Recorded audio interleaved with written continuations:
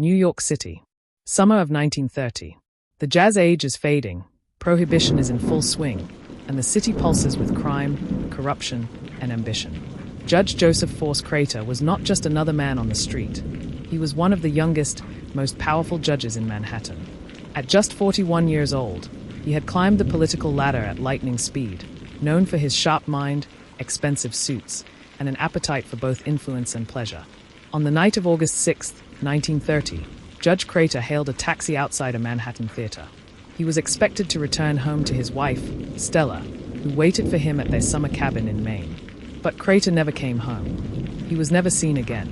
What followed was one of the most sensational missing persons cases in American history, one that exposed political corruption, shook New York's legal system, and left the public haunted by the mystery of how a man so powerful could simply vanish.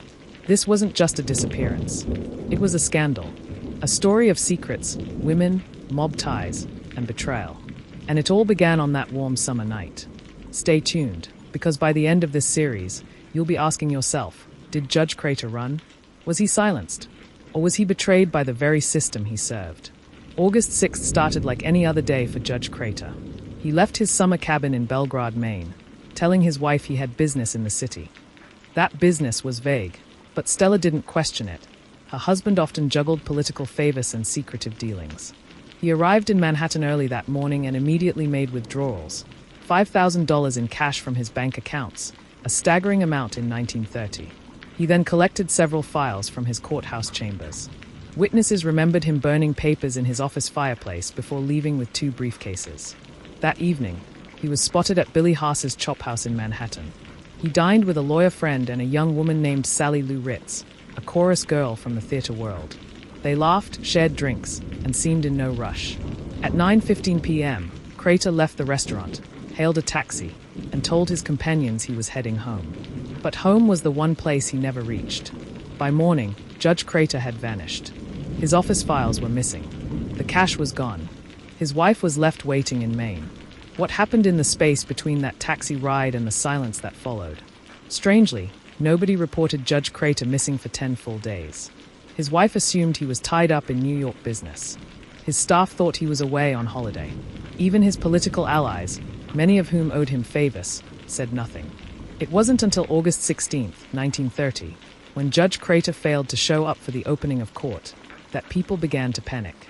A sitting Supreme Court justice had simply disappeared, without explanation, without warning. Police were finally called in, but crucial time had been lost. Evidence was already cold. Leads were fading. Newspapers caught wind of the story, splashing headlines like, "Judge Crater vanishes. Missing since August 6th.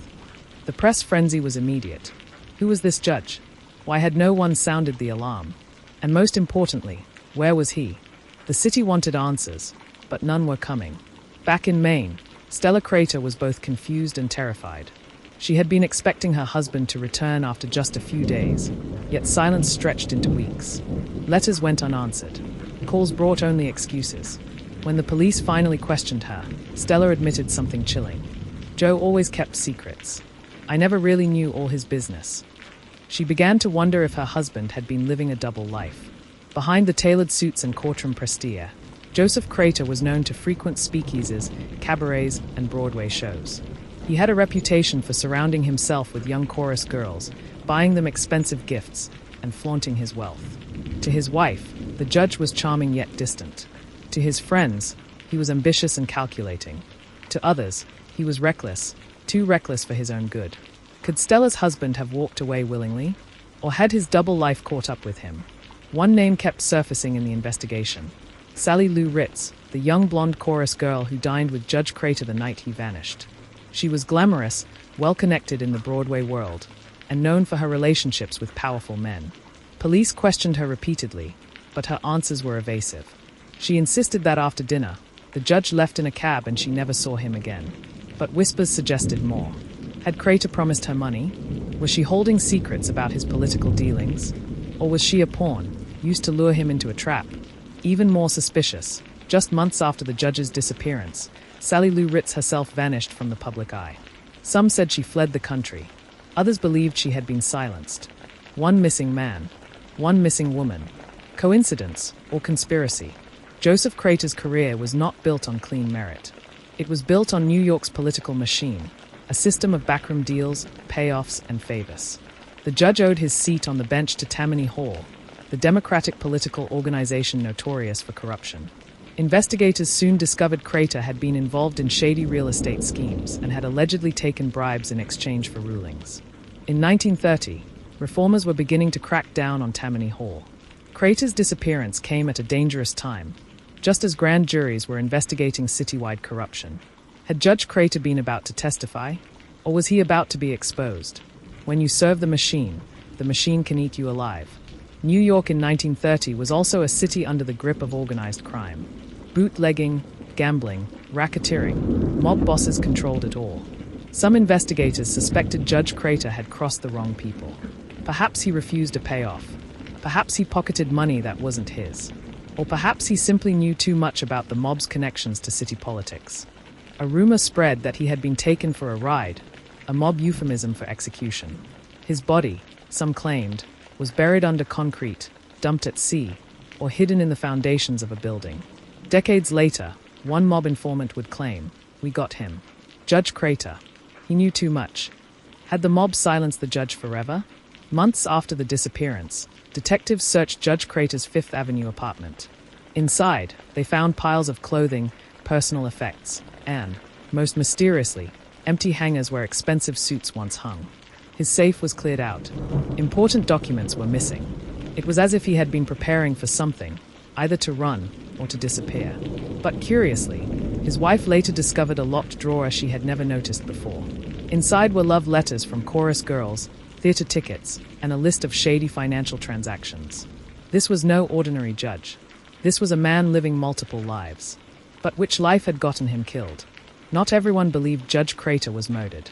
Some believed he orchestrated his own vanishing. With thousands in cash, cleared-out files, and connections to shady businessmen, Crater could have fled under a new identity.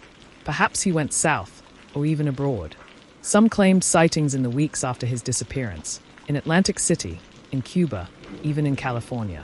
But none were confirmed. Would a man with so much power really abandon it all? Or was running the only way to escape scandal, debt, or exposure? Runaway or victim? Which story do you believe? By 1931, Judge Crater's face was everywhere. Newspapers dubbed him the Missingest Man in America. Songs were written about him. Jokes circulated in speakeasies. Pulling a crater became slang for disappearing without a trace. The case captured the nation's imagination because it wasn't just a crime story. It was a morality tale. A powerful man, with money, influence, and secrets, had evaporated. If it could happen to him, it could happen to anyone. But behind the headlines, the investigation was failing. Leads dried up. Witnesses lied or vanished. Evidence was contradictory. By the time the second anniversary arrived, Judge Crater was no closer to being found. The case was turning cold, but the legend was heating up. As investigators pressed on, they uncovered an unsettling pattern. Witnesses kept disappearing. A cab driver claimed he dropped the judge near a hotel that night, but his story changed under pressure. A theater usher swore she saw him after he left the restaurant, but her memory suddenly became foggy. Then there were the chorus girls. Many of the women tied to Judge Crater, through money or romance, either vanished from the spotlight or avoided reporters altogether. One was rumored to have fled to Canada. Another supposedly drowned under suspicious circumstances. It was as though anyone close to the judge was either silenced or too terrified to speak. The truth was slipping further out of reach. What haunted detectives most were the missing documents Judge Crater had collected from his office on August 6th. Why had he withdrawn 2 full briefcases of papers? And why were those documents never found? Some believed they contained evidence of corruption, proof that Tammany Hall was rigging courts and funneling money through real estate scams. Others thought they contained blackmail material, insurance in case Crater's enemies turned on him. But without the files, investigators were left with rumors. Had the judge destroyed them to protect others? Or had someone else destroyed them to silence him? The papers were gone, but the questions they left behind would haunt New York for decades. By 1932, the case had spiraled into theories upon theories. Some said Judge Crater had been kidnapped. Others claimed he had been murdered by gangsters. A few swore he had staged his own disappearance, escaping debts and scandal to live abroad. The lack of a body kept the public restless. Unlike other high-profile cases, there was no crime scene, no definitive evidence. Just a man who stepped into a taxi and melted into the night. Radio shows and newspapers debated his fate daily. His name became a household phrase, and in every bar and parlor in New York, people whispered their own versions of the story. Everyone had a theory, but no one had the truth.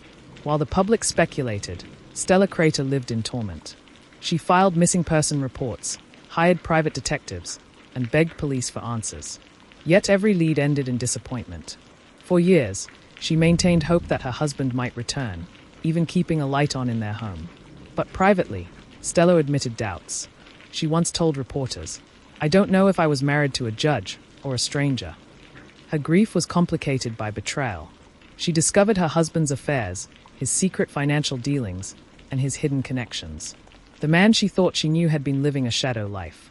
For Stella, the mystery wasn't just about where her husband went, it was about who he truly was. By the mid-1930s, the judge's disappearance had shifted from tragedy to dark comedy in the public eye. In vaudeville theaters, comedians used his name in punchlines. "Where's Crater?" became a national catchphrase. To pull a crater meant to vanish without explanation. This trivialization infuriated Stella and embarrassed law enforcement. But it also kept the case alive in American culture.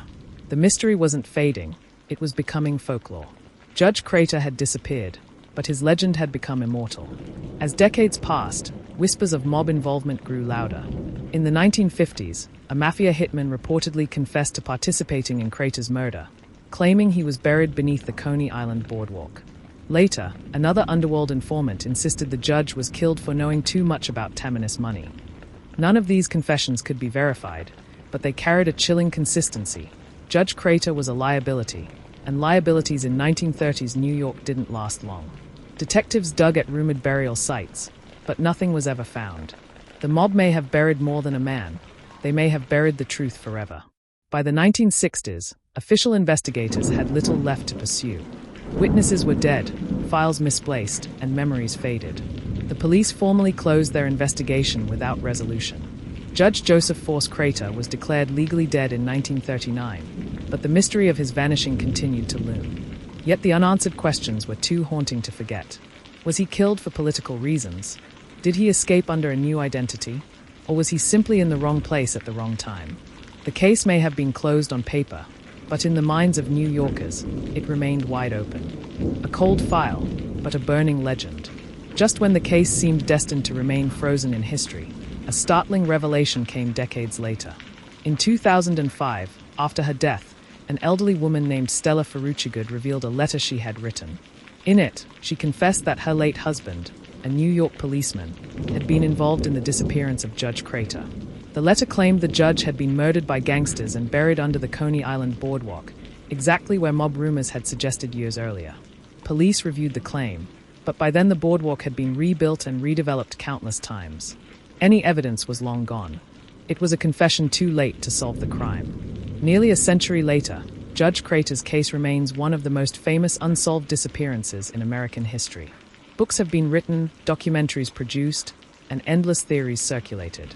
Historians still debate whether he was a victim of corruption, a casualty of organized crime, or a man who staged his own exit. What makes the case endure is its symbolism. Judge Crater wasn't just a man. He represented power, ambition, and corruption in a city that thrived on all three. His disappearance was more than a crime. It was a mirror of New York itself. Even in absence, he became larger than life. The disappearance of Judge Joseph Force Crater remains one of the greatest mysteries in American history. A powerful judge with money, influence, and secrets stepped into a taxi and was never seen again. No body, no evidence, no resolution. Was he silenced by the mob? Betrayed by his political allies? Or did he vanish willingly, leaving behind chaos and myth? We may never know the answer.